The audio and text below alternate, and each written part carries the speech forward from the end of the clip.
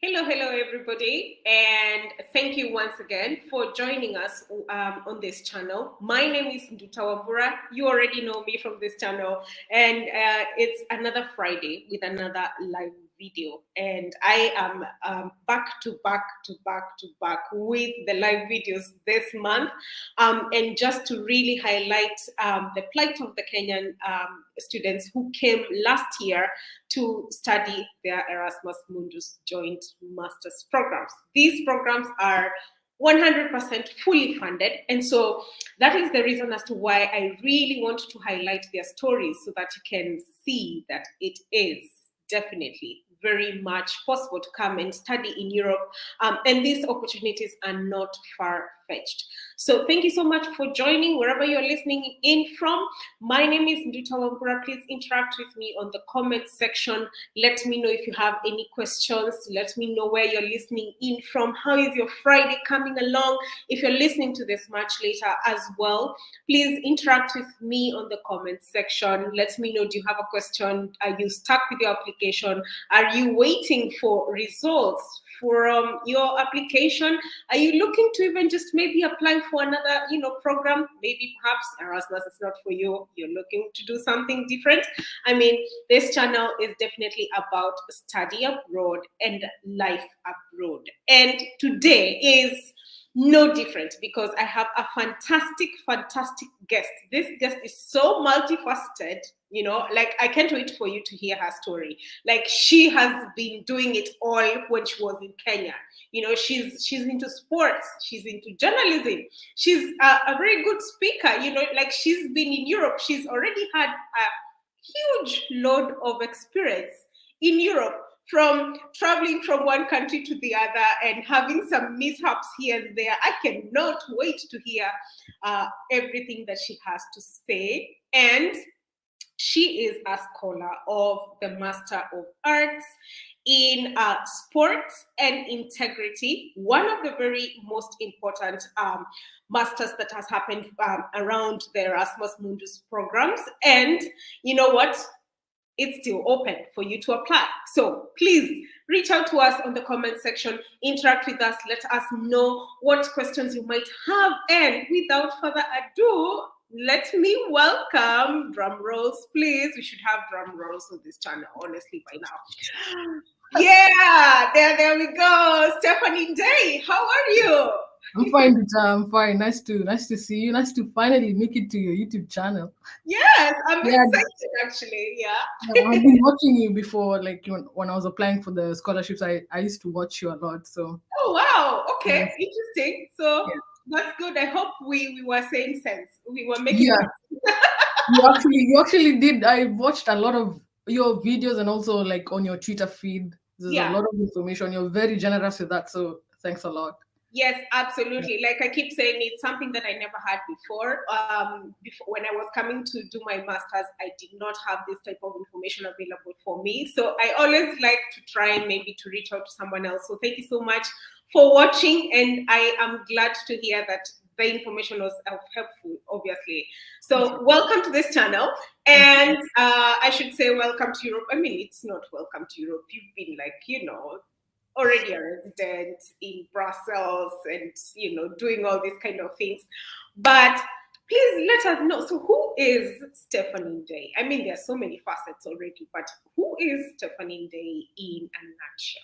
So I wear many hats, but one hat at a time. So right now I'm a student. I'm studying masters in sports ethics and integrity. Right. When I'm not doing that, I'm a journalist, a sports journalist.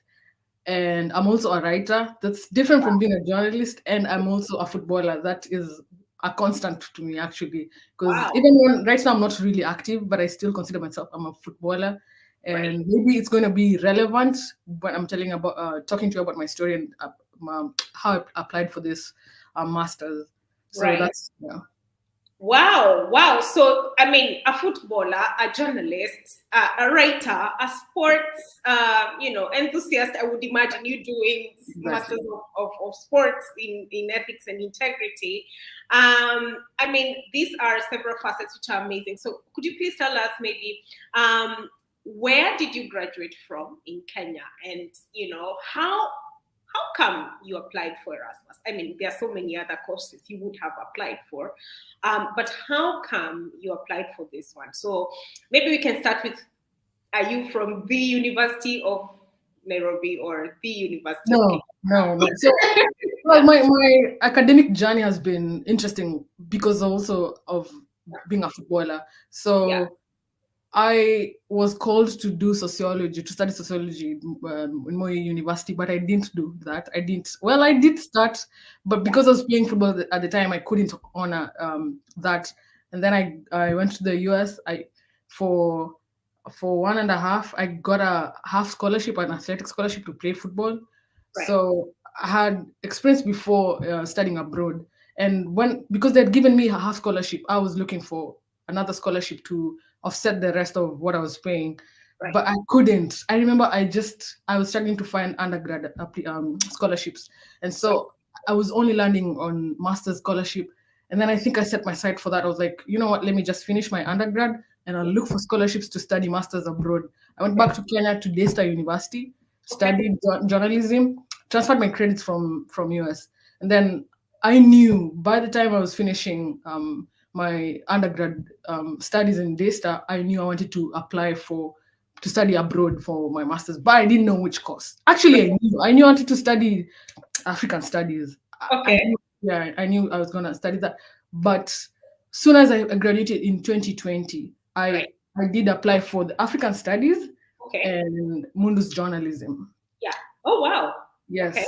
Yeah. And because I was with Soila Kenya at Daystar, and she's also another person who's a good resource for scholarships. I did talk to her about Mundus John. So I was doing research about scholarships, and why I chose Erasmus Mundus was because people travel around Europe. Okay. Yeah. I saw that, and it was mind-boggling. I was just like, is this, like, how does this happen? Right. And I remember also saw this specific course I'm studying right now, and I felt intimidated by it. Number one, I was forwarding it to lawyers, who I had met while playing football, who were enthusiastic about sports law even. And so I remember I used to send it to them. Yeah. But I didn't apply for it. I didn't get into African studies. I didn't get into Mundus John at the time. I was fresh from my undergrad studies. Okay, so I didn't have any portfolio. I would say that for Mundus journalism. And looking back, honestly, my application was weak for both of the And so I took a breath. I thought it was in 2020 to 2021. I didn't apply, and then I remember I went back to this sports ethics thing, and I read the requirements, and I just asked myself, why do I think I don't have it in me to do this? Yes, and also because I had also practiced journalism, sports journalism. I knew what was going on in the sports world, not just as a journalist, but also as a player. Right. And I was just like, let me just apply for this. There was only one thing that made me a little bit worried about this scholarship application was there's an application fee. Right. Yeah, for the school, you have to pay, I think it's like 70 euros. So that's a lot of money in, if you convert it to Kenyan, the currency, and also the TOEFL. I tried to ask for the waiver. Yeah, but they couldn't at all. Yeah, they couldn't, and I sent them so many documents. I had been to studying in the US. Yeah. Then I was in Daystar Uni, which is an international university. Yeah. I think I sent them like 3 emails. There was like a back and forth, me asking them, "Can you waive this for me?" And and then they told me, "Well, we can see by the time you will upload your TOEFL, the deadline will be over. Yeah. But just sending in your application, do the TOEFL, and you can still send in your TOEFL results." I did it begrudgingly, of course. Yeah, absolutely. I mean, usually it's to their sole discretion. Sometimes it's a yes, sometimes it's a no. And there's nothing you can do about that, honestly. So I applaud you for really just, maybe like quote unquote, calling yourself for a small meeting and asking yourself, really, why am I sending this course to other people? Well, maybe I could be a good candidate. So I really do applaud you for that. So I would like to know, so when you were in Kenya, you already had some sort of abroad experience, having gone to the US already, and then now, studying in Daystar. So were you already involved in some activities professionally, sports activities, or, what led you to say that, hey, you know what, I want to edify this part of my skill set, because you already have some journalism going on, you are passionate about football, you perhaps, these things are merging in all together. Were you involved in some activities, and maybe if you can highlight some of those? Yeah. For sure, for sure. Well, when I said I didn't join university after I finished high school, so I was playing football through that time. Oh, So wow. yeah, I was playing in Nairobi. I played in the Division 1 for the women's, and also the Premier League and a lot of tournaments. And then when I came back to Kenya from the US, I was coaching a team at home. And one thing with how we've been socialized, I think with how we look at sports in Kenya, I didn't think those experiences matter. I don't even have them on my CV. I should now that I'm interacting with people who have worked in the industry, even have a certificate in basic coaching, like in football. So those, to me, it's not like an achievement. I don't even talk about it. Like, but if you find people now here in Europe, I would guess, and I talk about such experiences, it's like, oh, they're really impressed. But how we've been socialized in Kenya, sports really is not. It's not a big thing. So I think my experience as a player and maybe as a coach, it did really help me. I think be a perfect fit in this program. Right. Wow. I mean, like, and that is a very good point you make. Like in Kenya, it's not a thing. So perhaps maybe you would be part of the, the change that we say. Maybe you can change the narrative for other people as well and pave the way. And, I guess maybe that is something that you can work around in the future, or maybe even now. Who knows? So now, you're like, okay, you know what? I want to apply for this program. So you've been sending it out to other people, and then you've never, thought it's gonna be you, and you always wanted to do African studies or journalism, and then boom, you're like, okay, you know what? I'm gonna shoot my shot, however it goes. So, what was the thought process of you doing that, and how was the application process like? Because I know already you had been, through the application process for Mundus journalism, and then for African studies, and then now this one that has, no waivers.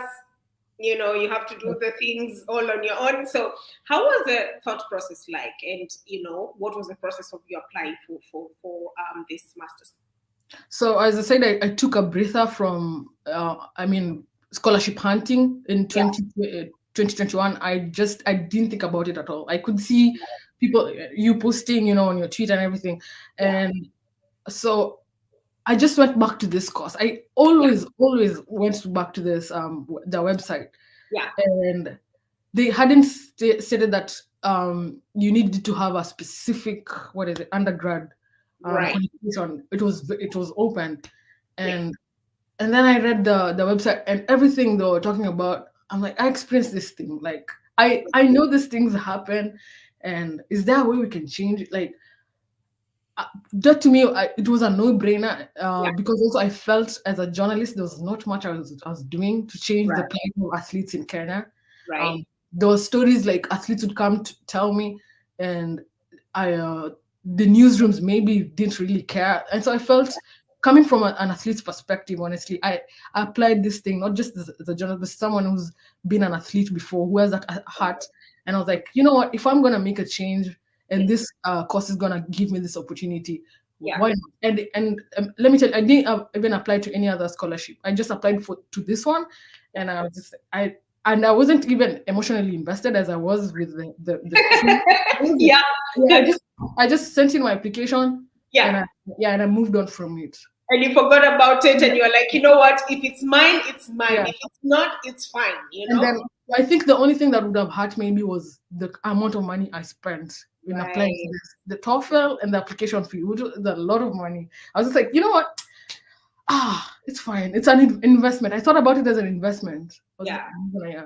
So Wow. Okay. So now the process of applying, because you've already mentioned a few things here about the documentation and the TOEFL test, and the fee as well. So what was the process like? So take us through from the start to finish, because first of all, the documents that you needed to come up with, which is usually mind-boggling when you're in Kenya. You're like, okay, what is this? What do they mean by a residence certificate? What is this? So yeah. how was the process of coming up with the documents in the first place? Well, with the letter of recommendation, I would say, because I reviewed my application for the previous scholarships, I would say one of the things that was weak in that was my letter of recommendation. Right, And I had one professor from Daystar University who we were close, very close with, and like he was wishing me the best in everything I was doing. So I right, still maintained that person. I had to change the other letter of recommendation. I could have both of them to be from school, but I chose to have my mentor recommend me for this. And it's also because of advice from people who've gotten scholarships, like me asking them, how did you get them? Like, and they're like, you have to be your letter of recommendation. It doesn't have to be generic. It shouldn't be generic. I yeah, can say the letter of recommendation I had for my Mundus John was very generic. Like you could just paste any other person's name and right, it would be about them. yeah, It has to be just to show yeah, why it has to show the people who are awarding you the scholarship why you're right, a good fit for it. And so yeah, you also, as I think Sharon said, you have to also vet the people who are recommending you. yeah, So the letter of exactly, recommendation, yes, I did maintain the professor who recommended me for the previous one, but I had to do extra work to find someone else to recommend me for this. And right, then for the personal statement, yeah, you go to a lot of YouTube channels and they'll tell you everything. I will say for this one, I don't think anyone, maybe no one should take my advice, but I wrote it on my phone the same way right. I wrote an Instagram caption. Okay, Honestly, I didn't okay, put a lot of thought into it. I yeah, just, because it's also my story, yeah, um, I was just like, I I just wrote it from, it was honestly from deep down. Like, I'm tired of this ethical issues in Kenya, right, not just in Kenya, but in the sports world. I'm just like, I come to sports to find honor and good stuff. yeah, There's just something right has to be done, and I've experienced it as a footballer, and right, so that's how I wrote my personal statement. okay, I might say if you're maybe passionate about what you're gonna study, yeah, maybe that can work. But if right, it's not, you maybe do a lot of research, watch YouTube channels. They do give good pointers on how to write personal statements. But for me, I yeah, just wrote it like it was supposed to be 1,000 words. I just wrote it on my phone, and okay. just like 5 minutes, and I was done. Like it was What really was the fast. structure like, though? Yeah. Because I mean, that's something that's always people, are I'm, wondering. What I'm was? telling you, Nduta, if you go to my Instagram page, there's a photo where I'm talking about football, and the first three lines there on my Instagram caption are the same ones on my personal statement. Hmm. It was like, yes, Okay. I, I it's very everyone is asking me, the people are asking me for advice when it comes to personal statements. Yeah. I'm just like, I can't help you there. I Yeah. just wrote mine from, that's why I can't help you. I wrote mine from my heart. It's my Yeah. personal, yeah. Okay. Yeah. But I mean, perhaps maybe you can mention some of the things that you included there. So because usually sometimes people lack pros from how you introduce yourself, from the eye-catchy statement, the initial statement, through to the skills and experiences, Okay. to the reason as to why you're a good candidate. Perhaps maybe you can take us through. Okay. So that's very good.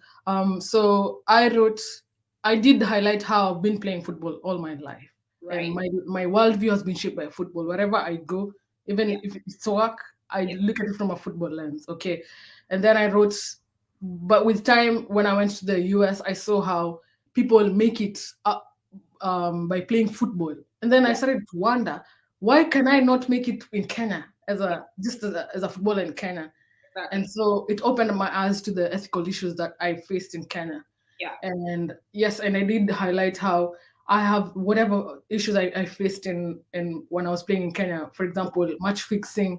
I have been invited to fix a game as fix a result as a captain. Right. So I did highlight that on Right. the, yes, and maybe poor governance. I would say I've been a victim of such governance issues with football clubs. Yeah. It's just yeah. So what I experienced as a player, and Right. then what else did I write? Did you And then speak yes, about your journalism or no? yes, and also I did talk about my journalism and say even as a journalist because I wanted to elevate the voices of athletes. I Yeah. couldn't do that. Right. Yes, and then and then you also state why should be a perfect fit. And then I say because I want to maybe change careers to Yeah. work in governance. This is Wow. going to give me more power, not just as a journalist to just tell the story, Yeah. but yeah, if you work in governance, you can call the shots, Right. right? So I stated that. That was like in my last paragraph. Yeah. Right. Okay, so I mean, like, you know how we jumble up like Africans. I keep saying this on this channel. Like Africans, the way we speak is the way we end up writing. So maybe I don't know. Like some of the things that I've seen is, you know, like we have no eye-catching, you know, statements to begin with on our first paragraph of our statements of purpose. And you know, as we go on the statement, we are just like talking about how poor we are and how we need to, you know, be helped, and you know, someone needs to get us out of, you know, the poverty. What can you say about that? Because I mean, Actually, I meant to do. I did make a point and say, yeah, you know, I mean, you know, in Kenya, there's like a lot of doping issues, and we're ranked among the best countries when it comes to athletics. Okay, right. but then also being ranked the best when it comes to doping, which shouldn't Oh make yes, sense. Yes. yeah, So you'd find when someone's writing a personal statement, they will throw Kenya under the bus. Like they wouldn't. They'll like write saying, "Oh, we're very corrupt and everything," but deep down, yeah, the people who are working in governance in Kenya right, are trying to change things. yes, And so I wrote, it's not that there's not work being done. I just want to help and to aid the work that is already going on. Yeah, absolutely. just yeah, don't just throw your country under the bus. Yeah, I mean, guys, if you're listening to this, obviously this is something that you need to put, you know, pay attention to, especially when you're writing a personal statement. So you have to be very personal, be very honest, and don't come, you know, your statement of purpose should not be like, you know, a point of view of where you're talking about how poor you are. Like Sharon mentioned as well on this channel, it's not about, you know, we are poor and poverty poor and leave that alone. Right. And Yeah. in any case, you can mention it, and how have you, you know, made something better out of that poverty that you're mentioning on your statement. And I mean, I think that is one of the major pitfalls I see with lots of statements of purpose. So now, Steffany, now you are like, okay, written my statement of purpose on phone, check, you know, got a recommendation letter from, you know, the right person, check, and then TOEFL tests. How did you go about that? Because now The the TOEFL test. test, yeah. Okay, so you know, I had been conned before the previous year. No The way. 2021, yes, Hallelujah. I was conned by someone who was. Let me just say, I dropped my guard. Honestly, I Yeah, did drop my guard when I was looking for a TOEFL test, and I yeah, googled TOEFL test, and this I think it was the first result I found, and right. I contacted whoever it was. I Yeah, didn't do my due diligence. I know why I didn't. no Well, way. to be honest, it's because the number I was paying via PayBill and the Right, number was Safaricom, right. and I knew someone who, if I was conned, I knew someone who'd help me out. Yeah, And I think I had paid and everything, and I knew my exam was gonna be the next day, and it was right. during COVID, so it's going to be online.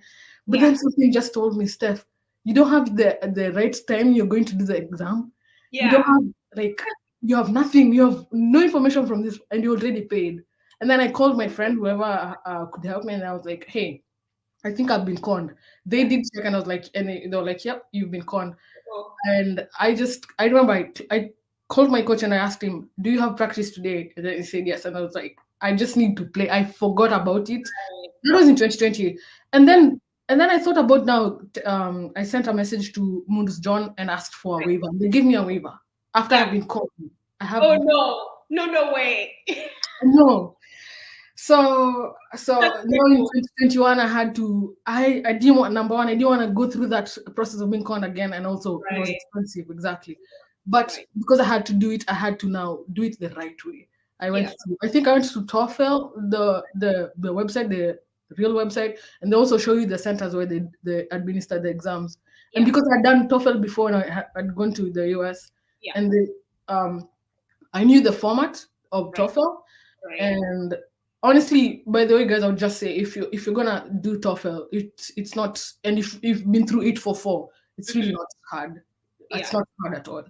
So yeah, just but it's long. It's long. It's exhaustive and everything. But I did it, Right. and yeah.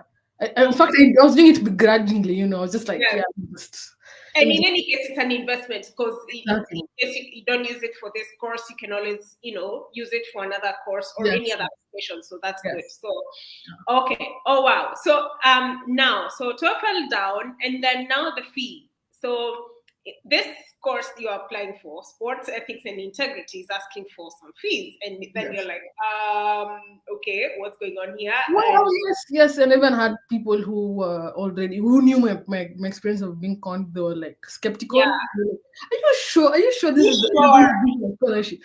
And I was Yeah, like, yeah, I'm very sure because I'm checking the website of the school, Sky right. Leuven in Yeah, Belgium, and and then because some of them also knew most of programs not ask for an application fee. I had to like specify to people it is the yeah, school, it is not the right. program. It's the Yeah, school that has the application fee.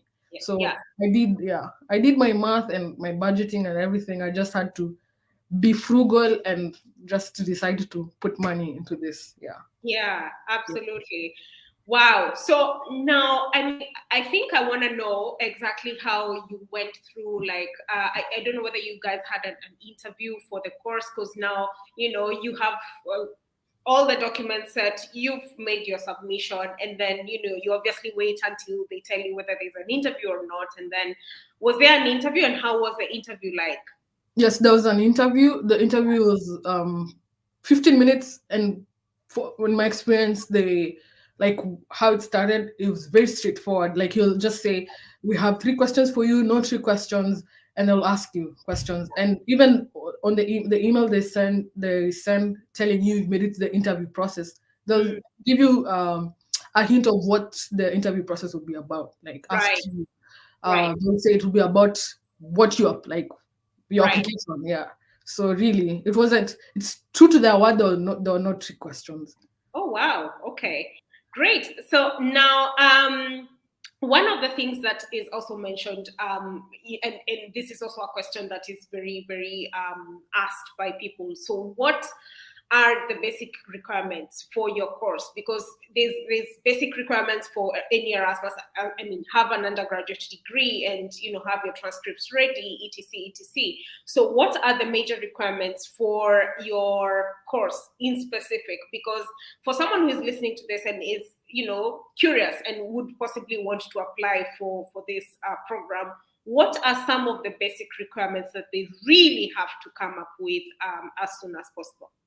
Well, of course, a bachelor's degree, and as I said, you don't have to be in any bachelor degree will work. Number one, and you also have to have a personal statement, 2 letter of recommendation, um, the TOEFL or proof of English proficiency. So any exam that they do have it on the website, the kind of exams they do approve, Right. and I think that's just it.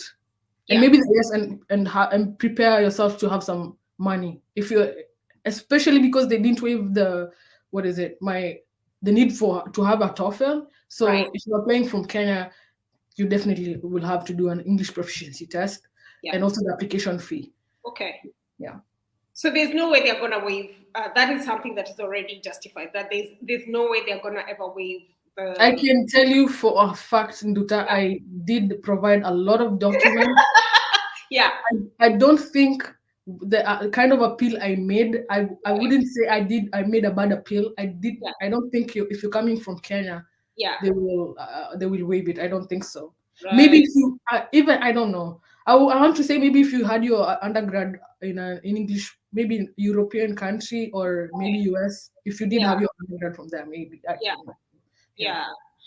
Steph, I want you to take us through actually the website for your course because like we are talking about this right now, and I know this course is still available for application. So it would be very important for someone who is listening to this to take heed and maybe apply for it if they have some bit of time, because I mean it's a very, very short period of time, I guess, but maybe it's doable. I think it is Actually, well, if you're applying for the Erasmus Scholarship, the applications close on Feb 1st, so it's closed. Right. Okay. So, but if you're a self-funded student, because there's also the option for being self-funded on this course, I think they have until 1st of April if you're non-EU, right? Exactly. Okay. Yep. Okay. Yeah. Go ahead. So, what is it that you need me to do? Oh, so I wanted you to take us through, like, for instance, some of the things that, on this website that, you have to pay attention to, especially when you're applying for it, because like sometimes, people always go through the program websites and they are lost. They don't know where to look and, most important things. So that's what I wanted you to perhaps take us through. So on the website, there's like the apply now. If you're Yes. Okay, I'm gonna click. I think that will take you to this is the university website. Right. Yeah. Admission requirements for 20. Oh, and then why did it do that with you? Let me do it on my end. Okay.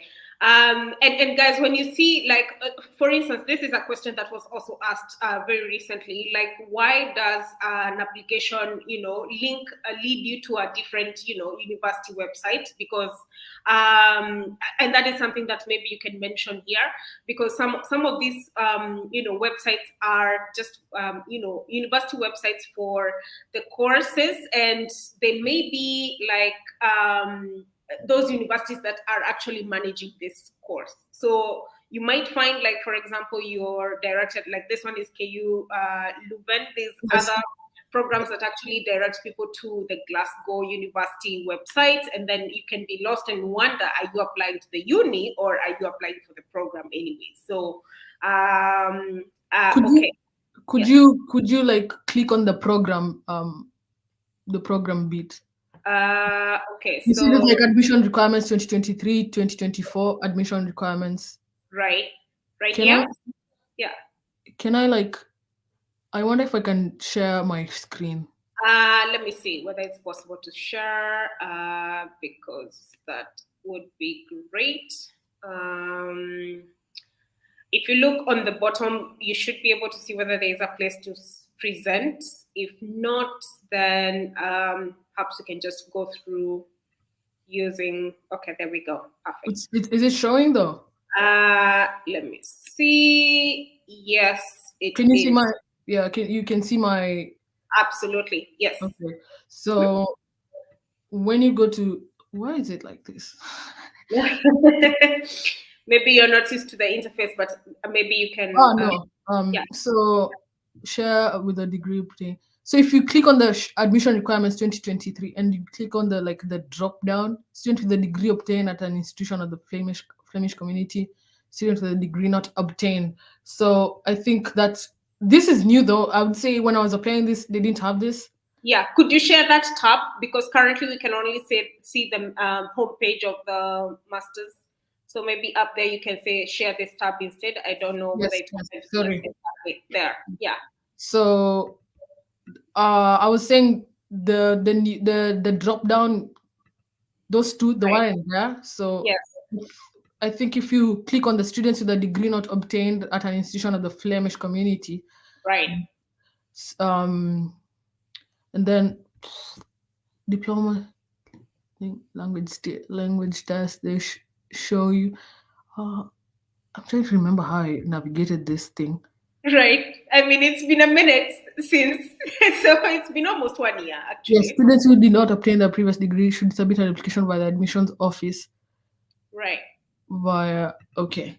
So you click on KU Leuven, and then it's gonna take you to the KU Leuven website. Are you seeing that tab? Yes. We can see Okay. that. Ah, I'm trying to doing my best here. Erasmus Mundus program. This, Perfect. Yeah. um, just wait. Let me go back. Okay. Mm, But there's a place that it says application instructions there. Would it be the place where you're looking for? uh, uh, just this is interesting because it wasn't like this. It really wasn't like this. I mean, guys, Steffany has been, it's been 1 year since maybe she applied for this because it's been quite a minute here. So, I guess, But you know what? I'm willing to. If I'm not timed. you're not gonna give up. I'm not Okay. gonna give up because I know this. Some of these things make people Yeah, stop applying for scholarships, but I don't absolutely. think That's this. the thing.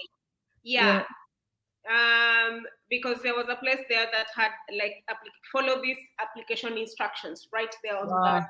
So perhaps Okay. maybe that is, Yeah, because I know for you to apply, for you yeah, to apply to a program, there you right. go.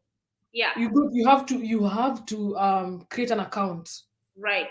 So you have to submit your online application on a follow up. I think you have to. If you click login here, they'll ask you if you have. Yeah, I did have to create an account to submit my application, but I yeah, think because I am already logged in and I have an account, it's going to right. be different. So could you? I think for you, you be able to now navigate. Yeah, Yeah, yeah, this is perhaps.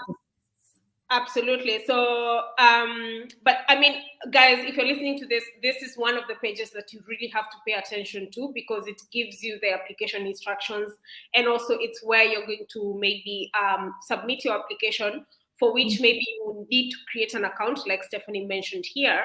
And like it mentions here is that applications for 2023 to 2024 are open, and of course this means that they are open for just those people who want to have a self-funded program, so which means that you can actually pay for this if you do want to go ahead and pay for it. But what I wanted also Steffany to take us through here was the course curriculum. So why exactly would you be applying for this program? And like I keep mentioning here, every program website has got the curriculum that you're going to go ahead and study over the period of time that you would be doing this course, which is 2 years for sure. So likely so I do see here, Steffany, like we have first semester and semester 1 and 2 right Mhm. here, and we have semester 3 and 4. So in the first place, what profile would these people be looking for? Is it someone who's done just a bachelor's in sports, or like you've done journalism, and then perhaps maybe they are looking for a varied experience and varied set of skills to for someone who is coming to apply for this? Then it would be important to know that do they have to have a specific bachelor's, or there are several bachelor fields that they accept? So I would say honestly, if you have any bachelor degree, Any. you can, Okay. yeah, any. I'm in class with people who have a bachelor's in anthropology, in Right. philosophy. Right. Like it's a very diverse class, and Right. it's not just my cohort, but even the previous cohorts. So really, it's True. just up to you to sell yourself, though. Like, True. why do you want to do this course? So when it comes to academic background, I don't think anything um, should like even mathematics. I know someone. I'm actually in class with someone who has a bachelor's in physics. Oh So wow. yes, Wow. any background. Yeah. But now if you apply for it, so for me, my bachelor's in journalism, but then Yeah. again, if I didn't have any experience in sports, Yeah. really, I don't think I would have been a good fit. So really, if you're applying for this, just don't apply for, maybe if you have a bachelor's in anthropology and you have zero interest in sports and you Right. have really nothing to to want to change maybe, or I don't think this is gonna be a good, like, even you will look like a fraud maybe even during the interview Yeah, process. Yeah. yeah, I think though, don't disqualify yourself as I did before. Do not okay, disqualify yourself. Yeah. If right, you have any bachelors, you can apply to this, but yeah. maybe your any other things, they will support the reasons for you to be in this program. You should Okay. also have them. Yeah. Absolutely. And as you can see, guys, here, it says here to be eligible for the interdisciplinary Master of Arts in Sports, Ethics, and Integrity, you must have obtained a bachelor's degree from any discipline. So, I mean, and this is something that Steffany has already mentioned here. And as well, if you can look here, there's a place where it says about the program where, they are focusing and addressing the ethical and integrity issues facing national and international sporting federations, and topics such as anti-doping, anti-discrimination, fair play, global sports governance, gambling, match fixing, and all these kind of things. So if you have some sort of experience as well, this would be a plus plus plus for you for sure, 100%, I would imagine.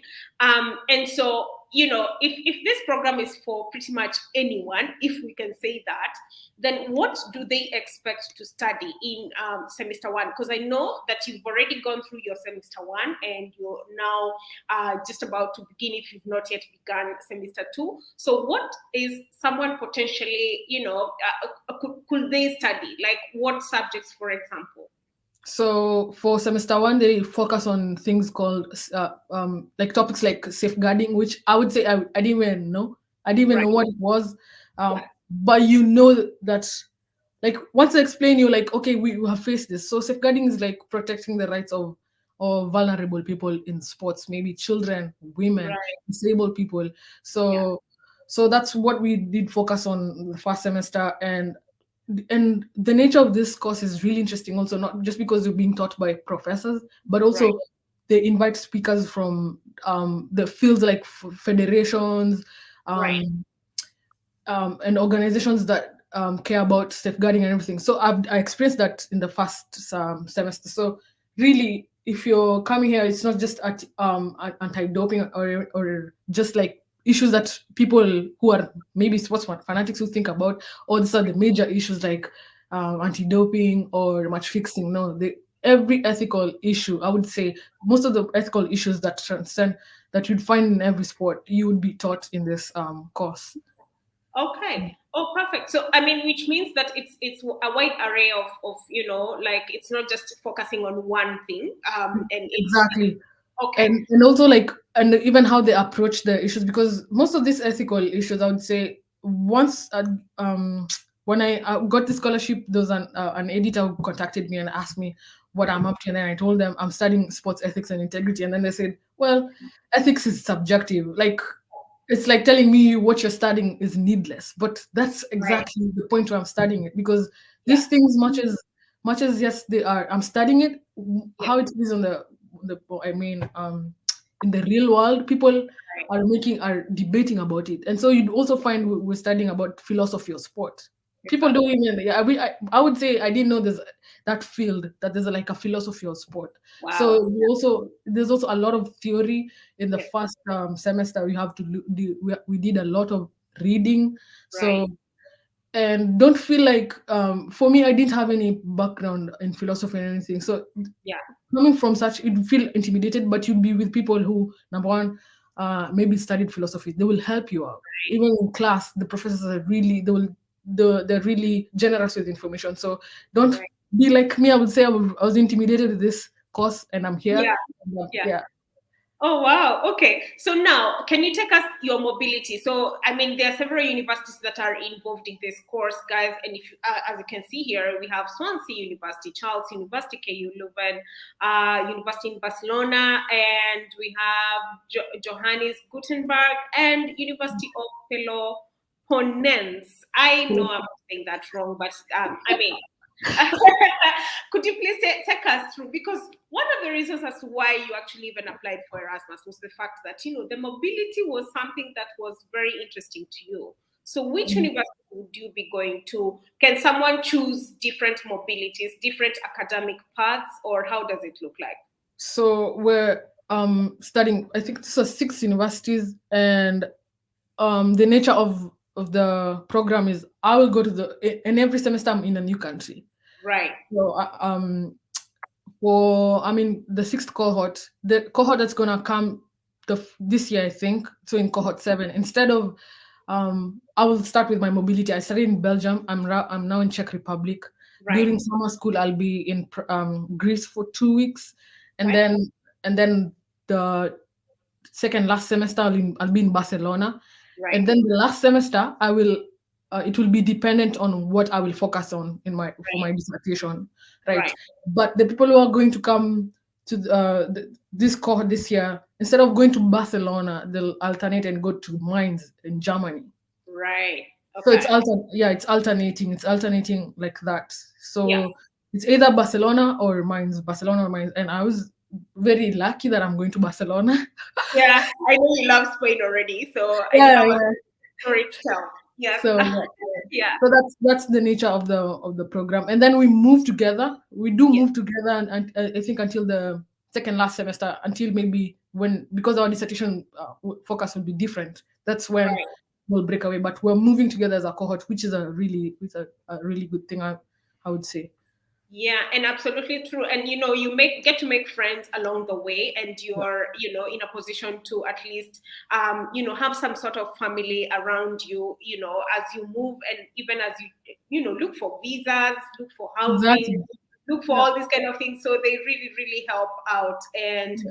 you know what I want to talk about? I know there's a lot that we can talk about, honestly, about your experience in Europe already. Like, I mean, you are already in the US, so maybe this was not a big of an issue for you to move from home to the EU. But I want to talk about your transition from Kenya to the EU. I know it was mind-boggling, from the visas, from the issues that you need to do from like having to attest your certificates, maybe perhaps I think in the Belgium, embassy, and so on and so forth. So can you take us through? So you've gone through the interview and you're like, whoo, got it, I got in. Yes. So the work begins actually after that, because there's a lot that goes on. So if you can take us through a little bit of that. I would say I've been privileged, honestly, because Nduta, you gave us a talk as the Kenyans who got the scholarship who were going to go abroad. So, but because of the experience I had in the US, I think I had already mentally prepared myself for that. So the transition to the US, I knew it's not the US, to Belgium. I knew about winter. I'd already experienced the most brutal winter in US. I actually landed in the middle of winter. It was snowing. It was really I was in Iowa. So it was really, really cold. And I knew I was gonna I think I even overly prepared myself mentally, because my transition in Belgium was really smooth, that I was like, what's not going? What is it that I'm not? What am I missing? What is the trick here? I was just like, Kenyan. There's something. Something has to be wrong here, because it was so smooth. And I mean, I wouldn't say there was a lot of even the culture shock question. Maybe the culture shock to me was because of how it was so easy to transition to Belgium. Like I knew I was going to meet foreign food. I'd already experienced something else, which was very different in the US. So my transition was really smooth. Honestly, I'd prepared myself mentally. I know being abroad sometimes can get lonely, because one, language barrier.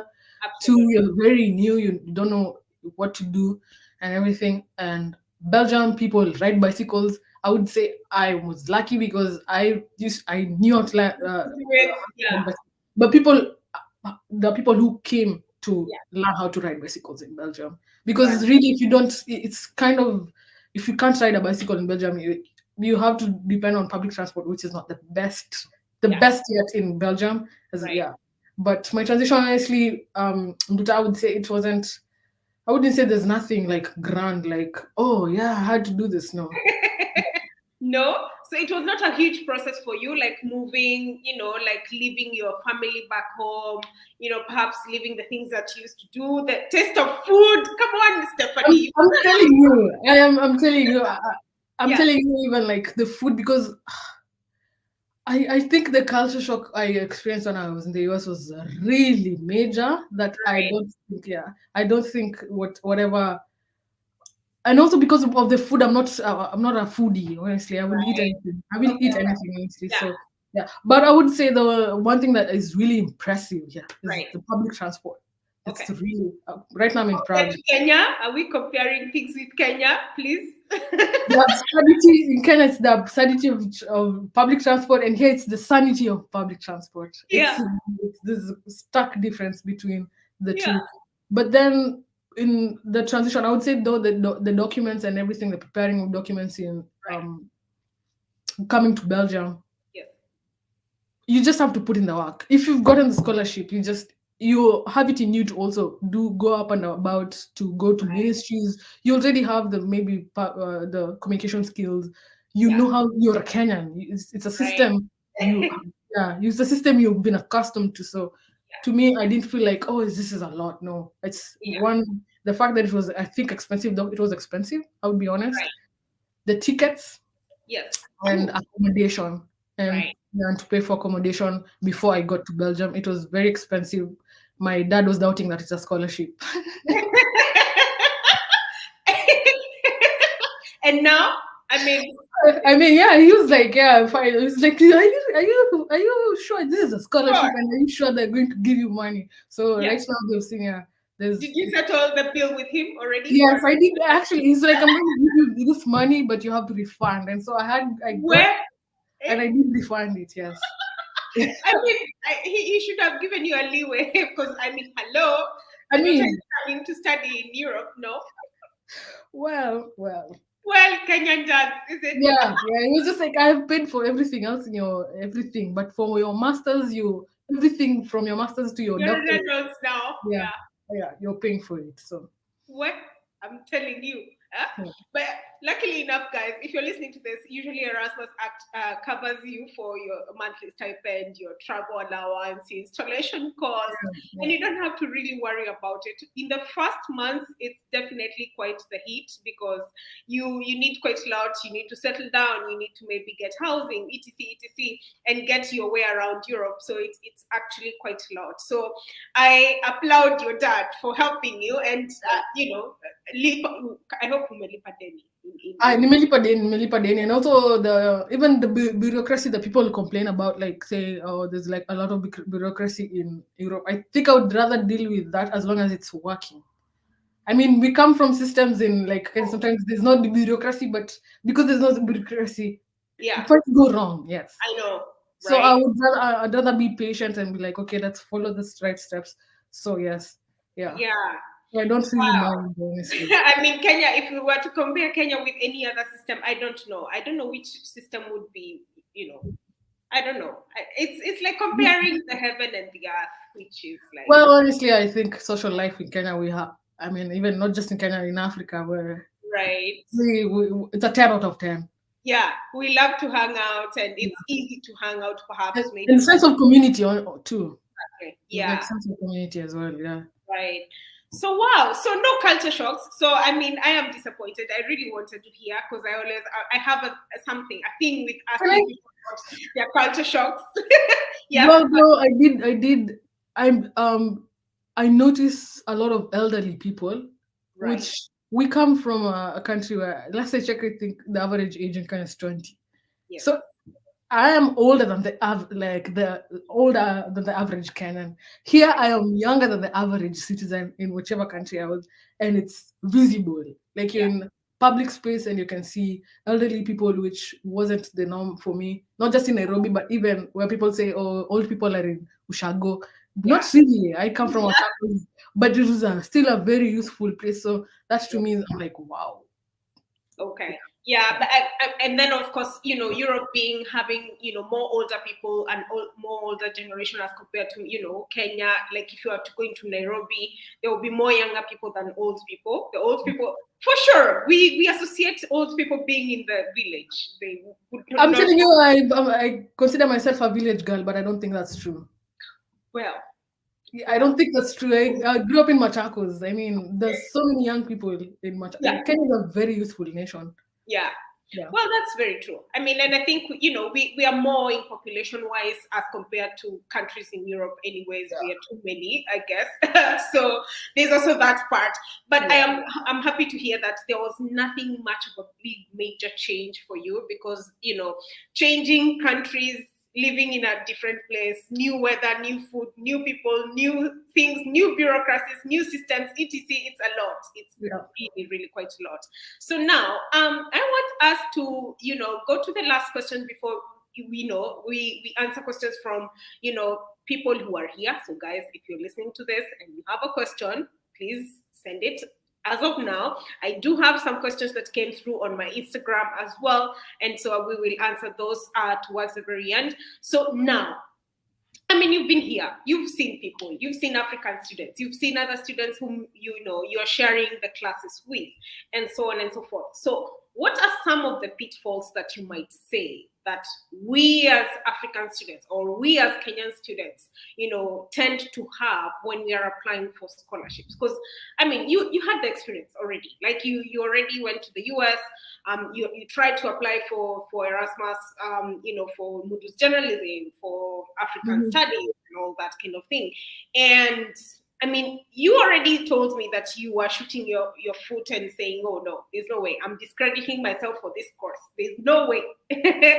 So, what are some of the pitfalls that you might have noticed already that happen to African students, and the reason as to why they don't maybe majorly shoot their shot for such opportunities like Erasmus, for instance? Would you? Well, I would think it's just not putting in the work, like Right. keeping steps, I would say. So I get some messages on Twitter, people asking me about the maybe personal statement or application process, and I can tell already someone who's done the research and someone who hasn't. Yeah. Yeah, you can always tell, because there's no way you can come to me and then just ask me a very generic question that if you key it in Google, you'll have so many answers. And so I think just the lack of research. Yeah. I think you have to like read a lot.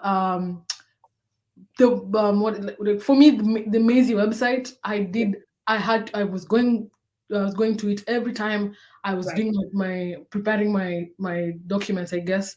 Right. And even like you have to read a lot, not just read, but also if you're maybe stuck in quoting quotes, the people who've been in that program. And so for me, I did that.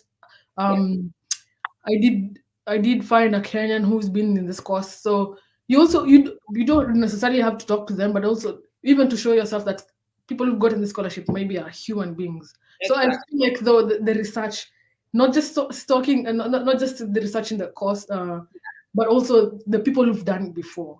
So yeah, just don't think it's also, it might be an easy thing if you put in the work, but if it's not, you're easily gonna get discouraged. You've already seen how it's difficult to navigate some of the websites. Some of these things put people off. If it's gonna put you off, if you get a scholarship, maybe the education then and the land is gonna be challenging. So really, you have to have that thing with you, like just push yourself. Right. Yeah. Just I think the lack of research for me. So it's let's not Kenyans are always like, oh my God, can you do this for me? Can you write this for me? Can you write a statement of purpose for me? Can you take my hand, take me everywhere, so they should not even go on ChatGPT for captions. Yeah, because I mean that's not even your voice. Like it's not going to do you justice. You know your story. Exactly. Yeah. But I mean, that's a very good point you make. Like most of the people and Kenyans who are prospective students, for Erasmus especially, would be already in the uni or they just graduated from the university and they're looking to apply. So I mean, taking time to actually read through the website, it's quite a lot, guys. But then, like, if you take your time, the same way you scroll on Instagram or on Twitter or on Facebook, then it's gonna be for a better game than scrolling. Sorry, I had to do that. But yeah, that is true. Yeah, I mean, I think that's a very good point, because again, like also on my Instagram, on my socials, always people are asking same old questions. Where do I get this? Where do I get that? There are things that I've already answered, and people don't want to actually do the work and look for those answers. Exactly. So I don't know whether it's a thing to do with mentorship. Perhaps, maybe it's a thing that we need to show them that, hey, you know what, we've gone through this program and it's legit, because there's also skepticism in Kenya, especially. They're like, unaenda kulipiwa, like, yeah. I think there's someone who would raise the same question. They're like, right. Well, what happened when you get there and they stop giving me money? I'm just like, there are people who've been here before me, and this is the 6th cohort of my program. Right. There's no one who's raised that question. There's no like a Google review. Do not. I mean, right.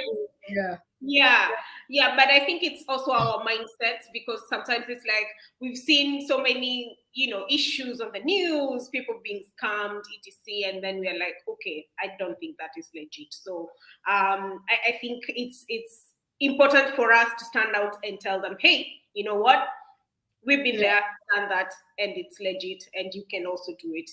So I applaud you for this far that you have come, and being in the Czech Republic.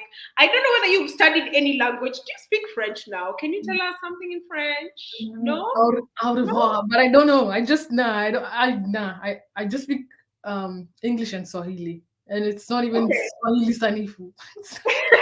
Swahili Sanifu. See you there, Tanzania. Okay. Swahili Sanifu, guy. Nah.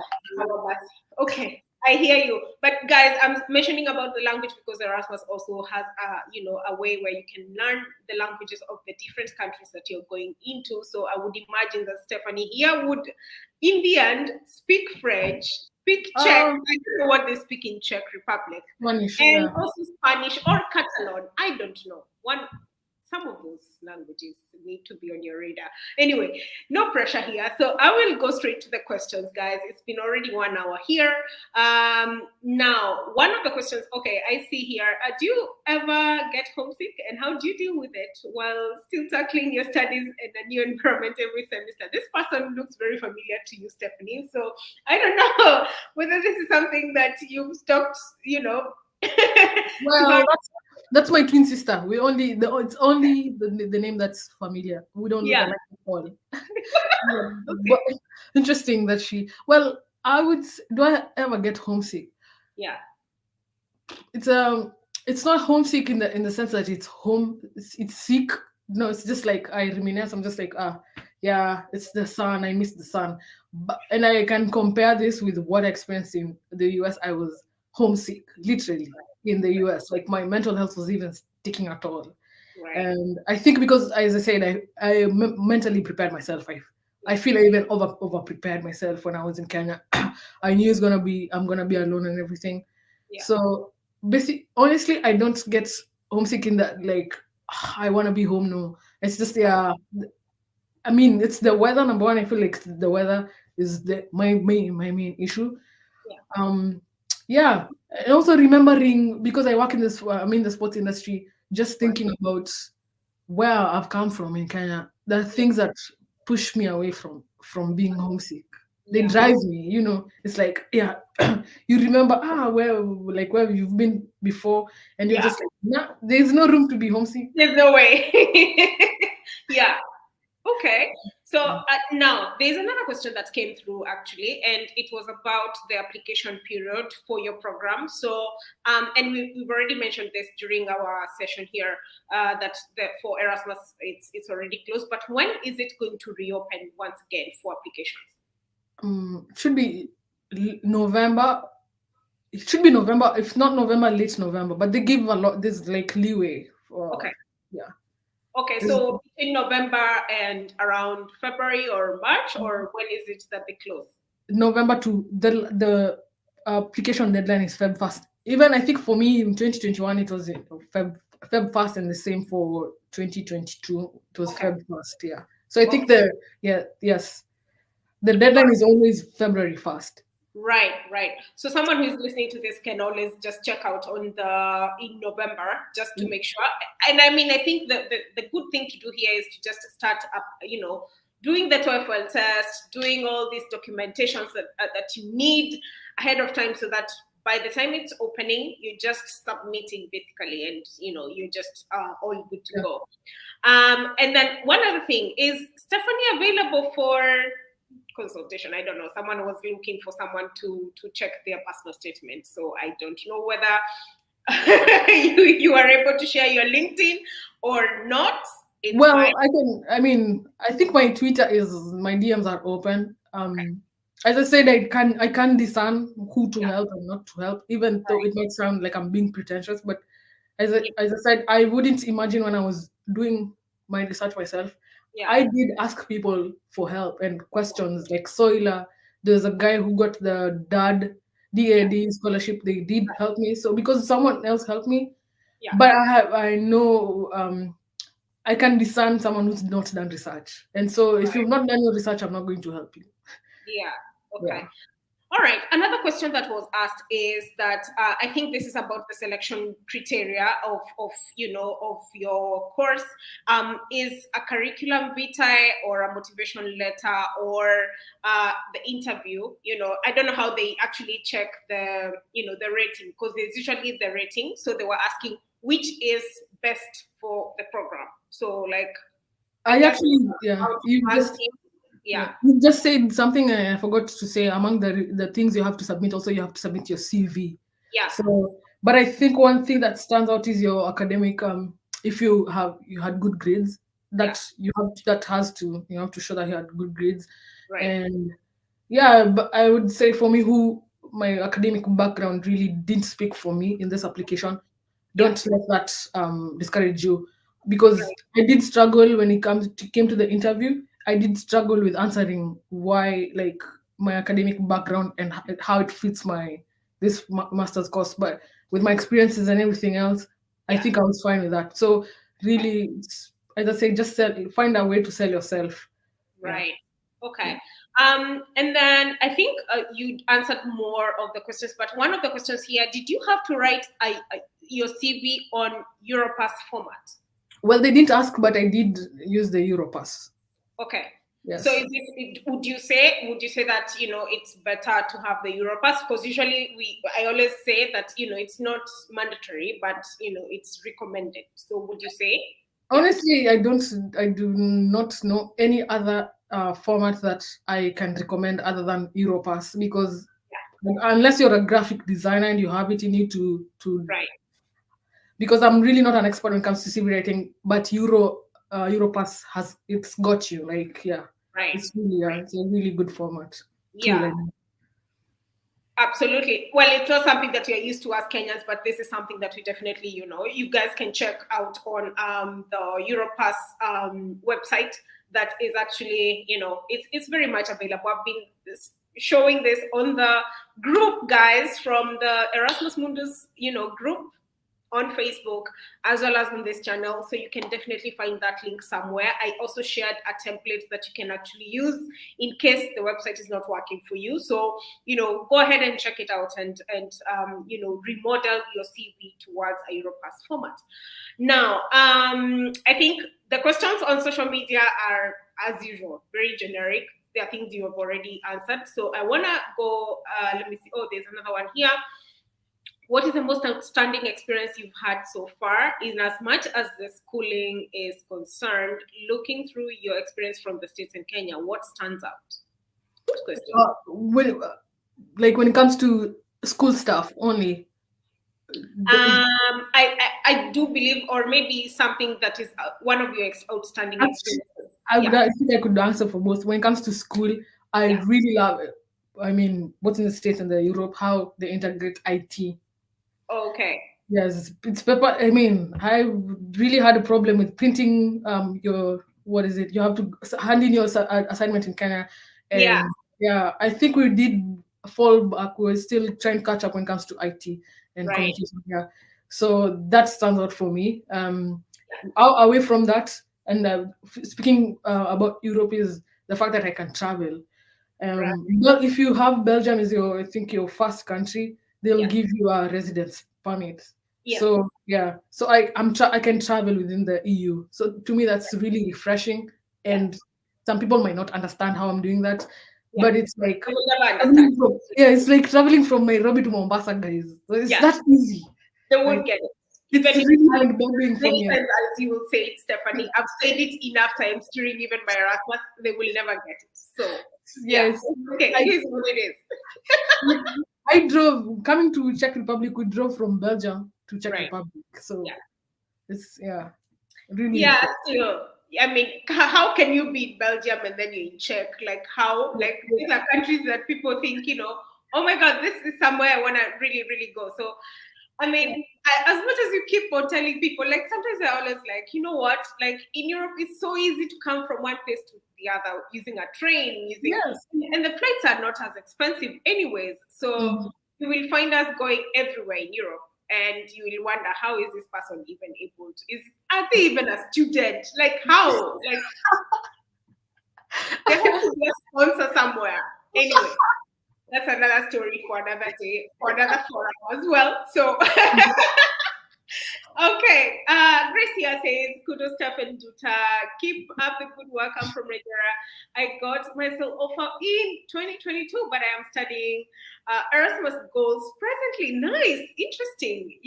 Like I would imagine that maybe she was given an offer and then had already another offer for goals. So congratulations, Grace. I do hope that your experience in Europe has been really, really amazing. So I do think that it's always good to share these experiences as well. And I Indeed. know we've done a lot with the Nigerian community as well, and we have the Erasmus Mundus Nigeria page on Facebook that is very much alive. And yeah, so now Steffany, coming back to you, what I want to know is now, okay, you've been now from Brussels to Czech. How does it look like for you in the future? Do you want to pursue a PhD? What are the experiences that you've had in the universities as well? Because, like I will tell you for a fact, when I came to do my masters, one of the things that I noticed is that the lecturers were very much available, and I was like, how? Why are you so available? Like, I'm not used to this. This is not a thing. And then they were sending us so many things to study, and I'm like, I'm not used to this either. Um, Exactly. you know, what has your experience been already in the university? And perhaps maybe you can let us in a little bit of what you want to do in the future. Would you want to do a PhD? Do you want to go back to Kenya and I'm a Hurundi Kenya? Or is it to see okay. Right. Well, honestly, it's true. It's true. That lecturers are here very, very available. They'll give you office hours. You Yeah. send an email, they will answer. So, uh, as I said to me, that I had experienced it before in the US, and I Yes. would say in the US it was even more intense than this one, and it Right. was just undergrad. Right. So that to me was an something I was actually looking for. I missed that in Kenya. Right. Anyway, yeah. But when it comes to what I'm going to do for my future, Nduta, I would say, um, even for you, as like a black woman, our existence Yes. is already a struggle, right? Exactly. Which Yeah. yeah, it's just something like if it's like we're breaking, we're moving around. What is it? Taking down walls. Yes. So I feel like my life as just Steffany is a struggle. So what I'm studying is sports ethics and integrity, which is Right. going to take me to maybe if I'm being honest, I want to change how unethical practices I've seen in sports. Right. But it also makes me weigh though, knowing as my life as Steffany is a struggle. Why do I want to work in a job where it's also a struggle? Why do I, yeah. This life So is struggling. yes, No. so, exactly. So I'm not sure. To be honest, I'll be very honest. Right. I don't think I want to be an activist, I say, or someone. I want to work in a fun job, and if it's especially in the sports industry, and Right. it's not easy to find that in Kenya. I So know maybe you have your answer with that. Yeah, it's Okay. yeah, you have your answer there. Yeah. But also, I'm very much open to PhD, Yes. because we've been already exposed to speakers, those who do talk about funding program funding opportunities. I mean, and also Right. the alumni group for this particular program is very robust, very active. Like I'm already in that group. They're sharing job opportunities, PhD opportunities. So Right. my plate is open for Yeah. either. It's either job, PhD. Why not both? So Absolutely. yeah, Wow. Amazing. I mean, like I applaud you honestly for taking this step and delving into the system and into the European, culture as well as networking and all these kind of things.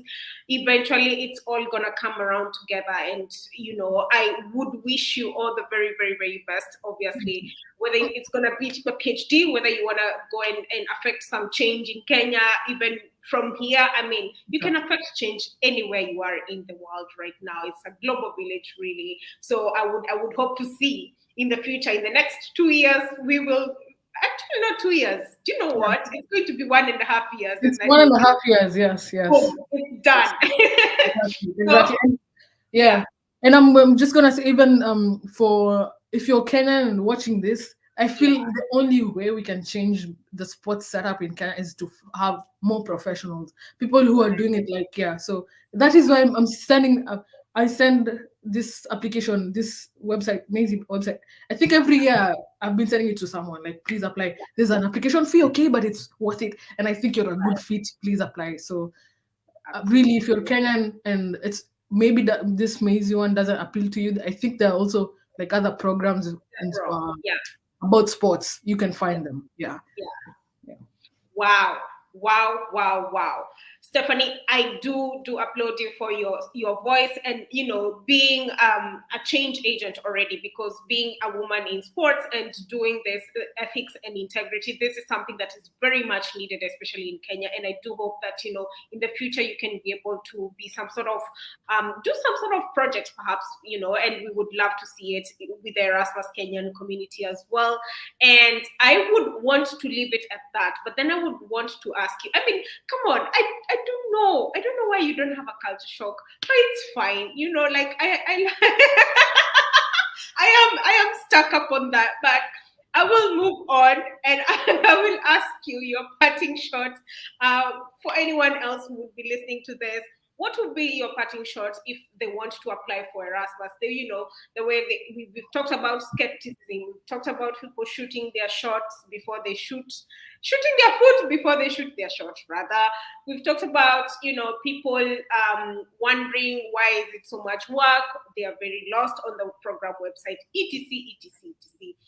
If they forget everything else, what is one thing that they have to remember when they are applying for an Erasmus Mundus program, whether it's your program or any other? I would just say, just I don't believe in yourself. Honestly, don't discredit yourself. Just the same way I did discredit myself, Yeah, and most times though, I think the gut will also lead you. Just believe in yourself. Put your best foot forward, and even absolutely. if you don't get in, Yeah.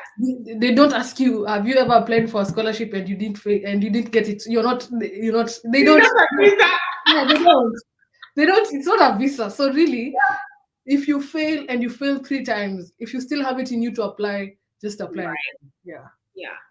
Absolutely amazing. That is the best place that we can leave it at, guys. So thank you so much for hanging out with us this evening. I do hope that this session has been insightful, has motivated you, that Steffany has given you that extra push to tell you that, hey, you know what?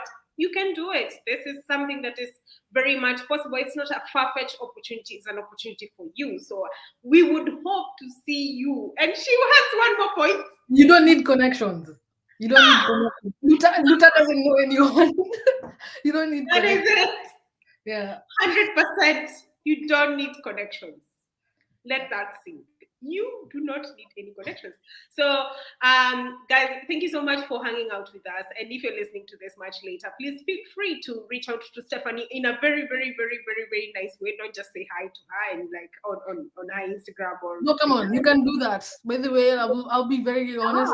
I do not. Oh, I am of not. course, I'm not a big awesome. fan. I'm not a big fan of corporate speak. Those because there are people who get intimidated by that. Don't come to me and say, "Dear madam," and start talking like GPT. Come on. Yeah, please, you can be respectful, but let's can Wow. be, yeah, Okay. So yeah, you can come to her Instagram and say hi, please, or hi, exactly, yeah, whichever you prefer. This is the first guest I have had here on this channel who is saying she's okay with saying hi. So, I mean, send her all the highs. She will reach out to you, and you know, maybe you guys can chat away in case you're interested in this program or any other Erasmus program, or even a program you want to look into. Maybe in the US, perhaps she can give you some sort of insight from what she has experienced. So, guys, thank you so much for hanging out with us, and I will leave it at that until next time. Please stay subscribed. Make sure that you can join the Erasmus Kenyan community on Facebook. And of course, I would love to also finish this discussion. If you're listening to this and you're in Europe, then and you want to send money to Kenya, obviously, please reach out to Nala. It's gonna be on my description on this video. You can send money via Nala. I am preaching word about Nala nowadays, and this is a platform that is quite new that has really eased the process of sending money to Kenya, and you can also be able to send money to a pay bill number straight from abroad. So if you're listening to this and you're abroad and you're looking into coming abroad, and you know, this would be something that you can actually utilize in the future. So once again, thank you so much for hanging out with us, and thank you so much, Steffany, for gracing your presence on this channel. thank you. And until next time, we hope to see you soon again, and talk about some different things maybe. Okay. So yeah, have a good one, guys. Bye bye. Bye.